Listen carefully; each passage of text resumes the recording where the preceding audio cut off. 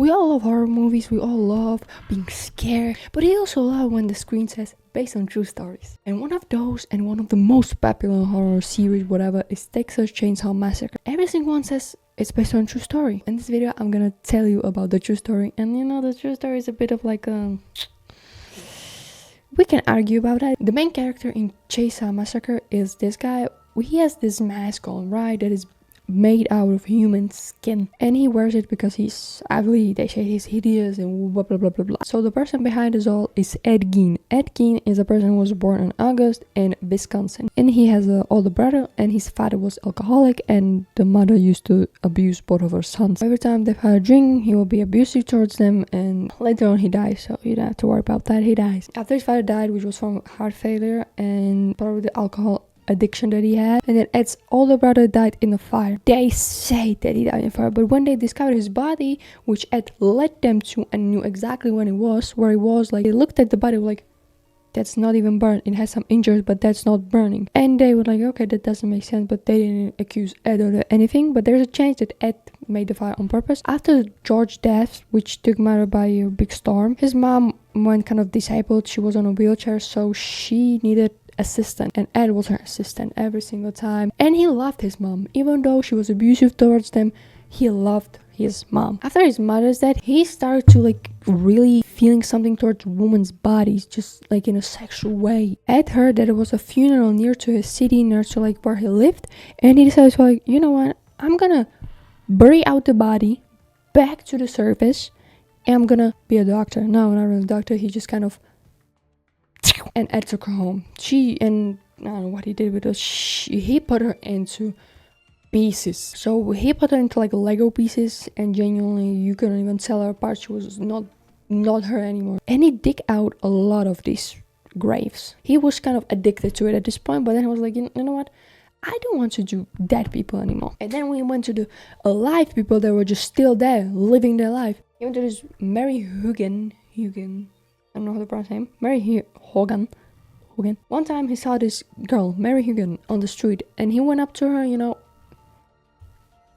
put a Glock on her head and just shot her. No word, nothing. Just came up to her and just shot her in her head. Dead instant.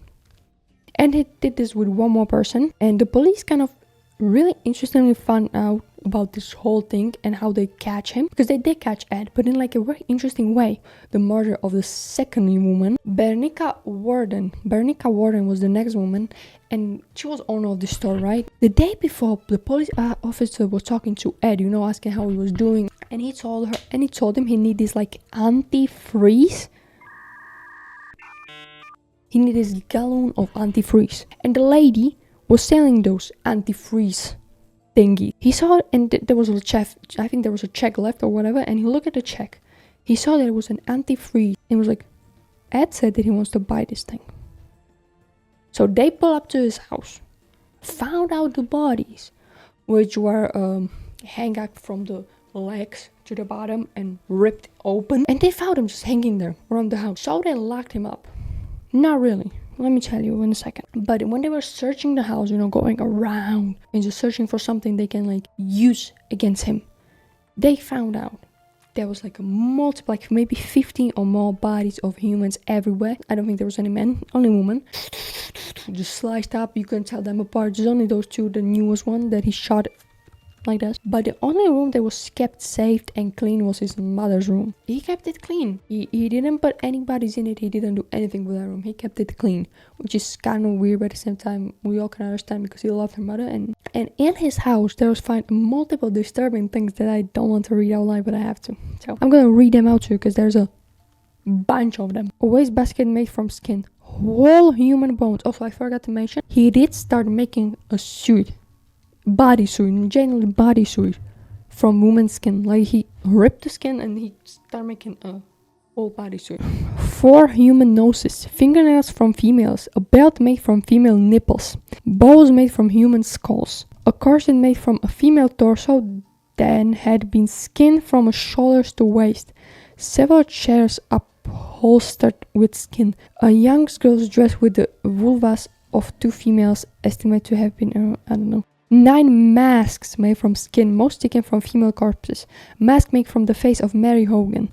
The skull of 10 females. Various human organs in the refrigerator. Pair of leggings made from skin. A set of lips on widow-shaped drawstring. 9 vulvae. What is vulvae? Hope that isn't what I think it is. But I think you can read more. That's just disgusting. So after they found out the whole thing, they decided to lock him up, and they didn't put him in a jail because they kind of made this whole thing be like, yeah, he's just insane. There were also a lot of different disappearances in the city, but they didn't have any evidence that they were leading to Ed. But a lot of people say they do, and he did it, but they never will claim to him because nobody really could prove it. And he was going after a woman that represents his mother. He picked the woman that was aged like her, maybe hair like her, and just kind of remind him of her. Just my opinion. I think he was trying to make the mom from the skin. From the skin, hair, bones, just the suit. He wanted the suit to look like his mom because he missed her. I think that's kind of when he just went insane. He was just... hold on, let me read this one. He was found mentally incompetent, meaning he was committed to a state mental hospital for the criminality insane instead of being sent to prison. And he died due to a lung cancer that just failed. His lungs failed. He had a cancer and he was 77. After they sent him to prison, his whole house, the house with the evidence, the mom's room, someone burned it down.